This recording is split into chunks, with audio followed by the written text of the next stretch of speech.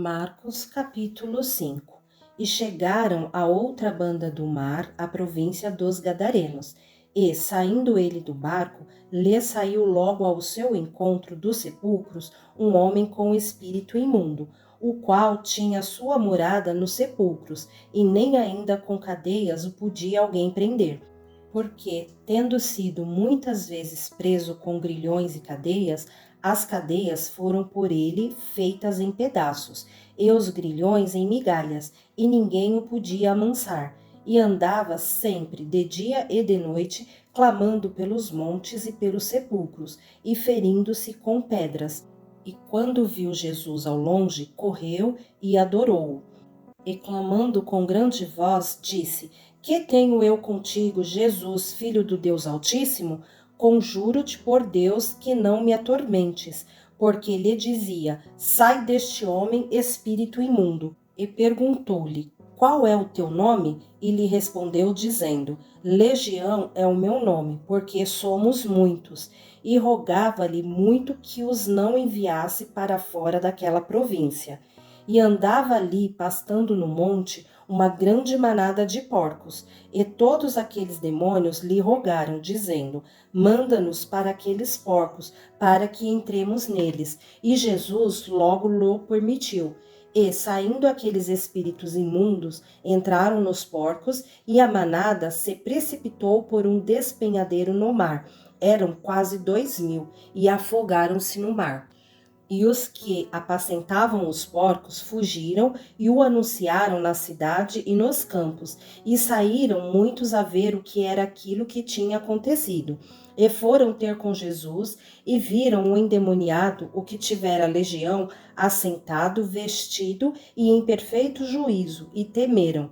E os que aquilo tinham visto, contaram-lhes o que acontecera ao endemoniado e acerca dos porcos, e começaram a rogar-lhe que saísse dos seus termos.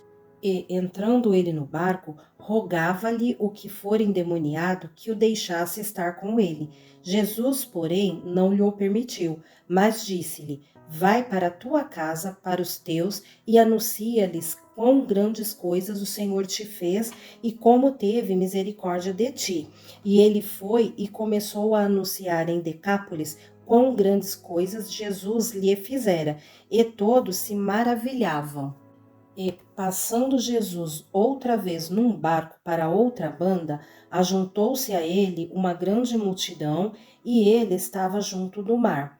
E eis que chegou um dos principais da sinagoga, por nome Jairo, e vendo-o, prostrou-se aos seus pés. E rogava-lhe muito, dizendo: Minha filha está moribunda, rogo-te que venhas e lhe imponhas as mãos, para que sare e viva. E foi com ele, e seguia uma grande multidão que o apertava. E certa mulher que havia 12 anos tinha um fluxo de sangue, e que havia padecido muito com muitos médicos, e despendido tudo quanto tinha, nada lhe aproveitando isso, antes indo a pior. Ouvindo falar de Jesus, veio por detrás entre a multidão e tocou no seu vestido, porque dizia: Se tão somente tocar nos seus vestidos, sararei. E logo se lhe secou a fonte do seu sangue, e sentiu no seu corpo estar já curada daquele mal. E logo Jesus, conhecendo que a virtude de si mesmo saíra, voltou-se para a multidão e disse: Quem tocou nos meus vestidos? E disseram-lhe os seus discípulos: Vês que a multidão te aperta e dizes: Quem me tocou? E ele olhava em redor para ver a que isto fizera. Então a mulher, que sabia o que lhe tinha acontecido, temendo e tremendo, aproximou-se e prostrou-se diante dele e disse-lhe toda a verdade. E ele lhe disse: Filha, a tua fé te salvou. Vai em paz e sê curada deste teu mal. Estando ele ainda falando, chegaram alguns do principal da sinagoga, a quem disseram: A tua filha está morta. Para que enfadas mais o mestre? E Jesus, tendo ouvido estas palavras, disse ao principal da sinagoga: Não temas, crê somente. E não permitiu que alguém o seguisse, a não ser Pedro e Tiago e João, irmão de Tiago. E tendo chegado à casa do principal da sinagoga, viu o alvoroço e os que choravam muito e pranteavam. E, entrando, disse-lhes: Por que vos alvoroçais e chorais? A menina não está morta, mas dorme. E riam-se dele. Porém, ele, tendo-os feito sair, tomou consigo o pai e a mãe da menina e os que com ele estavam, e entrou onde a menina estava deitada. E, tomando a mão da menina, disse-lhe: Talita cumi, que traduzido é: Menina, a ti te digo, levanta-te. E logo a menina se levantou e andava, pois já tinha 12 anos, e assombraram-se com grande espanto.